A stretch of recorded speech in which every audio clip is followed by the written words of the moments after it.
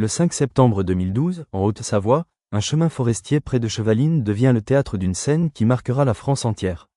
Sur ce sentier isolé, un cycliste découvre une BMW Break arrêtée, moteur tournant, portière fermée, et à l'intérieur, les corps sans vie d'une famille britannique d'origine irakienne, Saad Al-Hili, son épouse Iqbal et sa belle-mère Suhaila.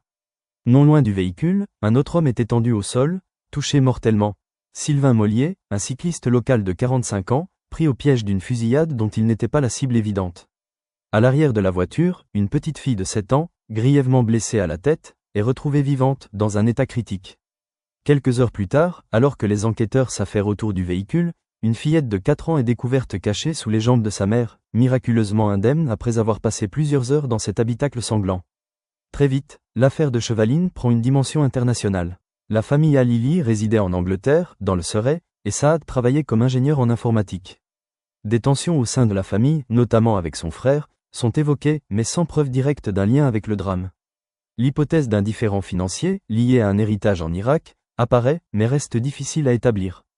Parallèlement, l'implication de Sylvain Mollier, ce cycliste local sans lien apparent avec la famille, trouble les enquêteurs. Était-il une victime collatérale, ou au contraire la véritable cible de cette exécution? Les investigations révèlent que les victimes ont été abattues avec une arme de type pistolet Luger P06, un modèle rare datant de la Première Guerre mondiale. Un choix étrange qui complique encore la recherche du tireur. Les gendarmes explorent plusieurs pistes. Un règlement de compte international, une erreur de cible, une affaire locale qui aurait mal tourné. Des perquisitions ont lieu en Angleterre, en France, et même en Irak. Le frère de Saad, Zaïd Al-Hili, est un temps placé sous enquête au Royaume-Uni, soupçonné de vouloir l'héritage, mais il sera finalement innocenté. En 2015, un ancien policier français, collectionneur d'armes, est arrêté, mais relâché faute de preuves. Au fil des années, les pistes s'éteignent les unes après les autres. L'affaire fascine autant qu'elle effraie, car elle réunit tous les éléments d'un mystère insoluble.